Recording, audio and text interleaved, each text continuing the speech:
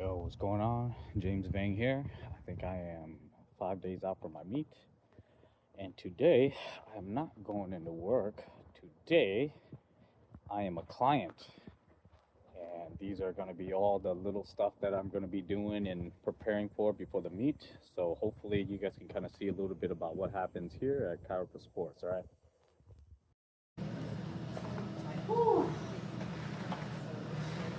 Too bad. Sit up. 1, 2, 3. Lean his feet over this one.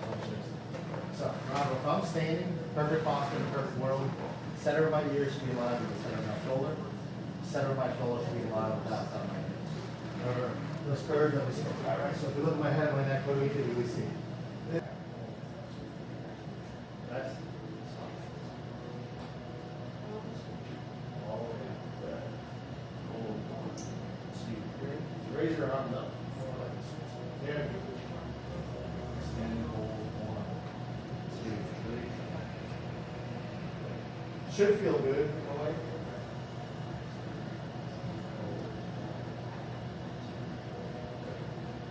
Let's do 3 sets of 10. After you're done with the first 10, on to the next.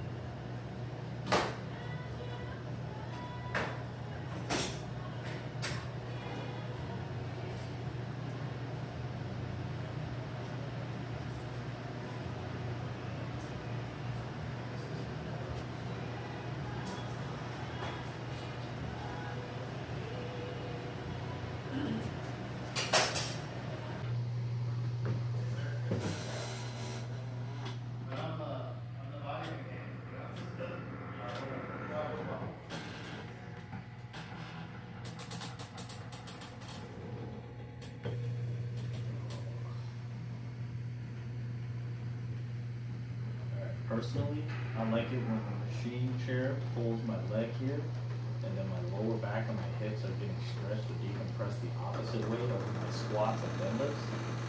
And then the machine punches the lower back while it's like completely stretched like this. Oh man, that feels super good.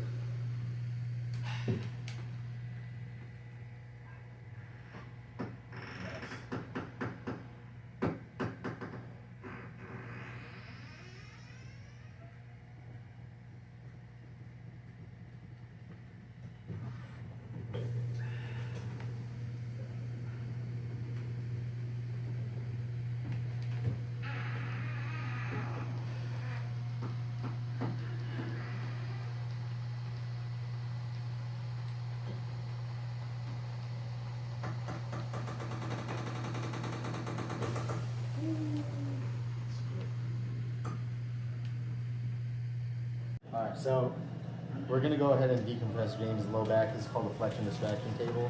And this is mainly used to open up his spine to take pressure off of those discs and those nerves and joints.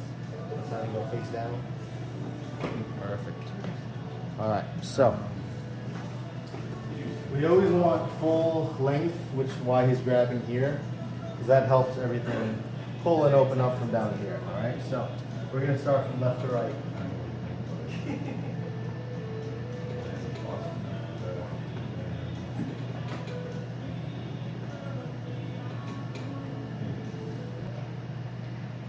James's low back is very supple because he puts in the work, number one, to do the proper mobility along with his heavy training.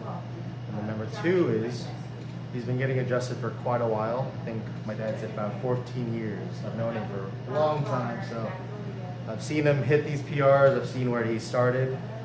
And one thing I'll tell you about James is that he takes the time to work on himself, right? We all want to hit the weights, we all want to get that job done and hit that PR, but most people and most lifters are not willing to do what it takes outside of the gym. And he is living proof that being in the gym and being outside of the gym is probably, if not more important, because if we're not taking care of ourselves outside the gym, how are we expecting to improve only in it, right? I'm going to open up this bottom piece here. I'm gonna open up. Yeah, even though Dr. Mike says I'm very supple, like just a little movement that he's doing on my back is like, You feel the difference, yeah? because like as people who squat heavy, you know, the weight's always, you know, pouring down on our spine. Oh, yeah. So decompression for me is like really necessary.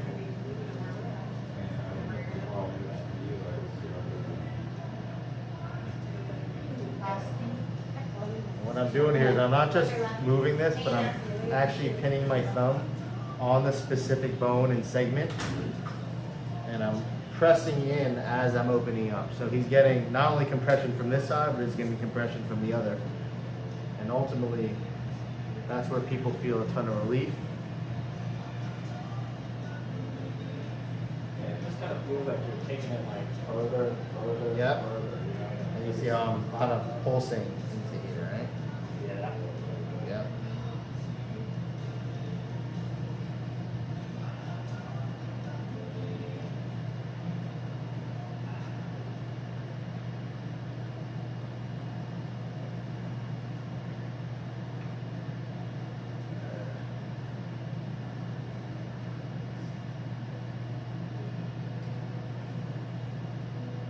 Awesome. Let's see what's going on. So your left SI joint today, we're going to adjust and how we know that we're looking at the bottom of the feet. Left side is shorter, and as I go up, as you can see, it goes a little bit long. That means his hips and his pelvis on his left side has been shifted back, posterior, inferior, and we're moving it back forward. And usually, James has some lumbar segments that also need to get adjusted.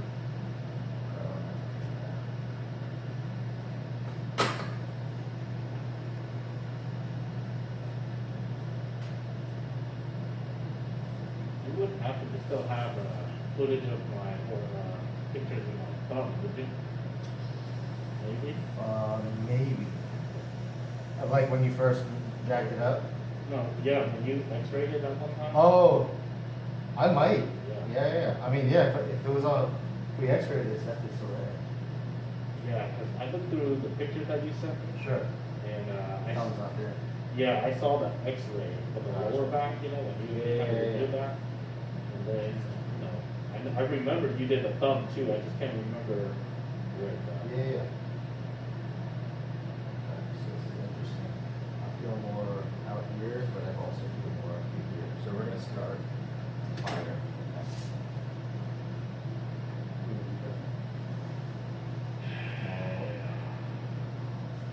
Beautiful. I moved right where we needed to. double cut. Yeah. This is gonna be more here. So. Good. Good. Good. Good.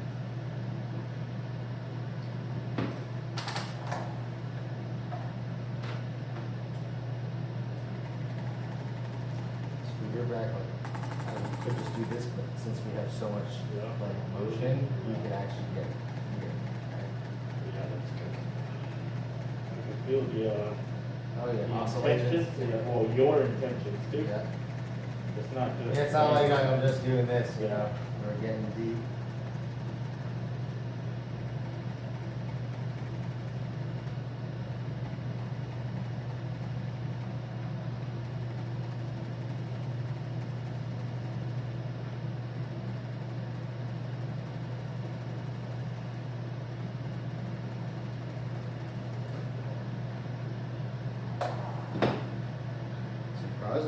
right side actually feels really good.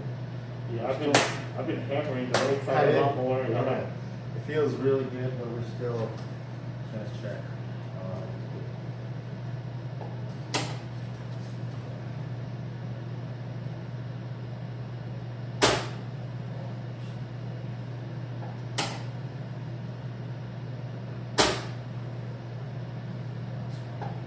What we're doing here is we're putting James' neck into proper extension, and we're just reinforcing that posture with a drop.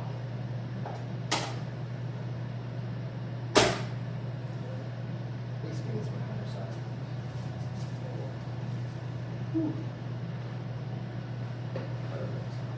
Of course. So we're gonna keep that bottom leg straight, James. We're gonna go a little bit closer this way. Perfect.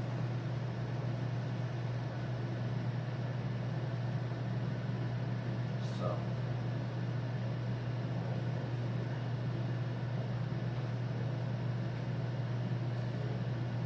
Good. So now is that side joint Yeah, that we're talking okay. about, right? We'll go the other side. Yeah, that was a lot. Yeah, man.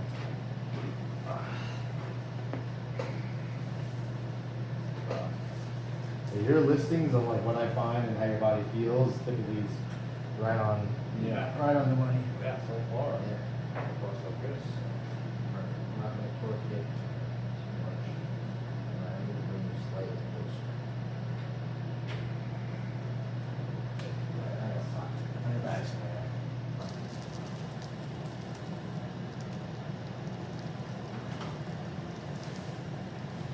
How's your neck been feeling recently? I know you're hitting like big singles and everything. Yeah, dude, to be honest, man, I actually kind of, you remember how I keep telling you, like, it's really dangerous, like, when I slip on a bench, you know, Yes, so I'm yes. extra careful all the time. You know, the last, like, 8 or so weeks, there's been a couple of training sessions where, like, my neck slipped a little bit.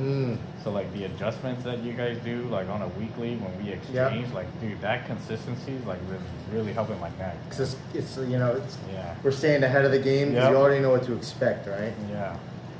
So like every week, you know, like I think I jacked up the right side of my neck. Yeah, I feel right where my Yeah, thumb is uh-huh, at. yeah. So what I'm feeling for and what he's saying is there's 7 bones. First one is going to be almost right under that skull right there. This is C1, C2, C3. Yeah. And what I'm feeling on his right side is C1 is definitely not moving how we Yeah. want. And then when I go below, C2, and then maybe a little bit C3. So. Yeah, the sensation too is a lot more on the right side. Mm-hmm. But that is the side that I slipped on. Yeah. So we're gonna get right through here. So I'm gonna bring you this way. That was quick, right? Just the quicker we can move, the better.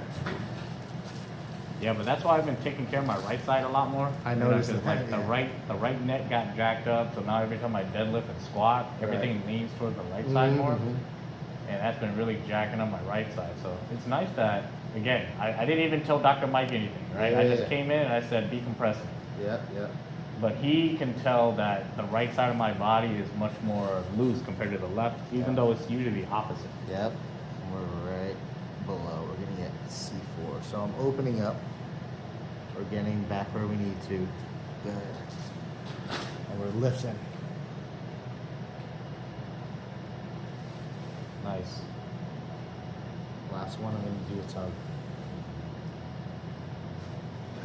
Nice.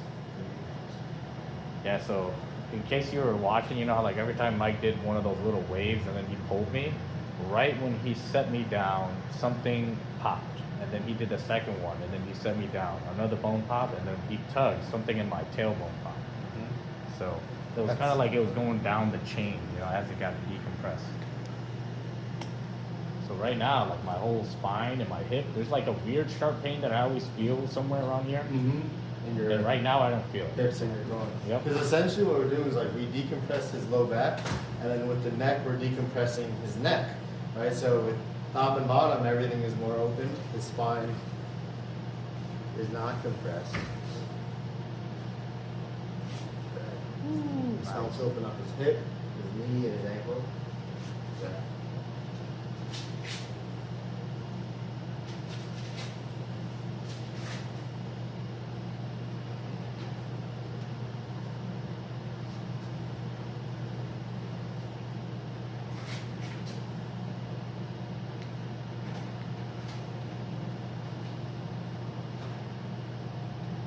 people who do use hook grip or mixed grip.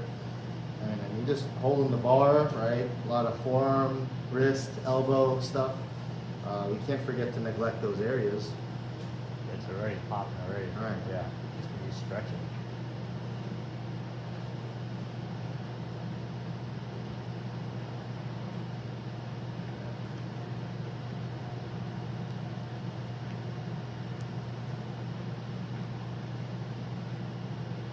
Nice.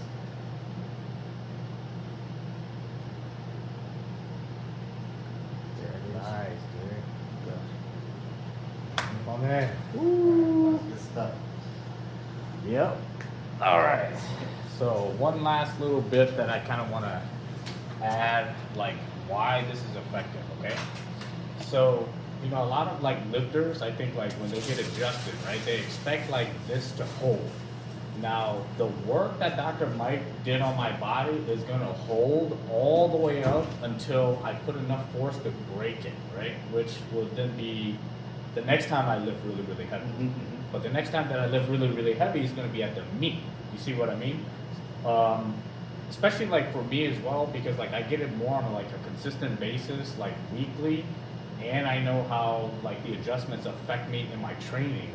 When I get adjusted before the meet, I can add that into one of the factors that I know is going to lead into the success of a competition, right? Now most people, because you only get it done like maybe once or twice in Like a whole month. training session, maybe not even. Maybe they get it once every 2 training sessions, you know? Right. So you're going through what, 24 to 36 weeks and you get adjusted once. How do you truly know to add that as a part of your recovery regimen and then truly say like, this is not effective or it is effective, you know? Right. Because when you think about your training blocks, what do? We add like regular squats or regular bench, and then we'll add close grip or other accessories. Yep. We go through years of training. A different input. Yes, Right. of the same lifts, right? Yeah. Different combinations. Yeah. Maybe today you're gonna do bench press and shoulders. Yep. You know, maybe Yep. next year you do bench press and arms. And you Right. just kind of rotate all the philosophies. Right. And then you put it together and say, all right, this is what happens when I do this type of workout. Yep. Right? I just wonder why people can't then switch that to their recovery. Right? Exactly, Because yeah. then if you think about your recovery kind of like a training log, now we have a training log, but a recovery log. These are the little things that I need to do to get my list at this level. This is what I've tried. You know what I'm talking this is about? what feels good. Right. Yeah, I think like he has a really good point. Like people, especially lifters, like, you know, they're frustrated, number one, because they're most likely dealing with an injury, but they don't realize that, you know, maintenance on your body, I don't just want to see when you're injured. If anything, I would love to see a lifter when they're doing their best, right?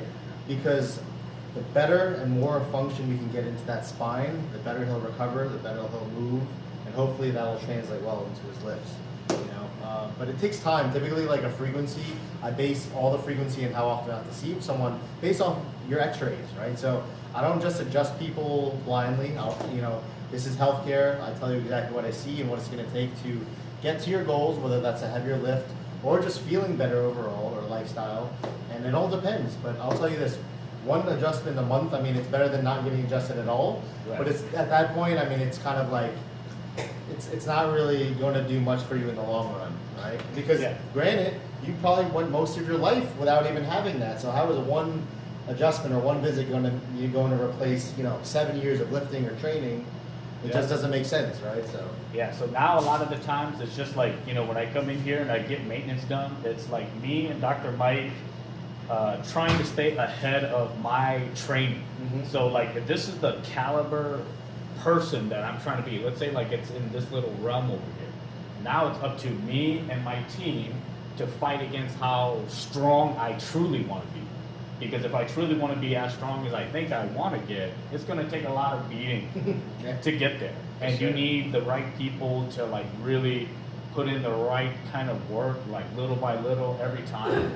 And again, this is the part where when someone is lucky at a competition, that's what they say. So let's say like if I was going to go for a national meet, right? And I'm competing for the win. And I do everything, like recovery, dieting, paying for a coach, and sleep studies, and all of that stuff. when you show up at the meet and then you're pulling and you have the opportunity to win, it would be these little things that you've done over and over and over again that eventually leads you to being able to pull the weight that you want to pull at the competition. You know, so like all of this stuff is what I usually tell people, that this is what makes me lucky. Like if you ever see someone lift at a competition and they do crazy weights and stuff like that, and you say, oh, that guy's lucky, it's because of all of these steps that make someone lucky. Okay? But yep, but that's it for the day.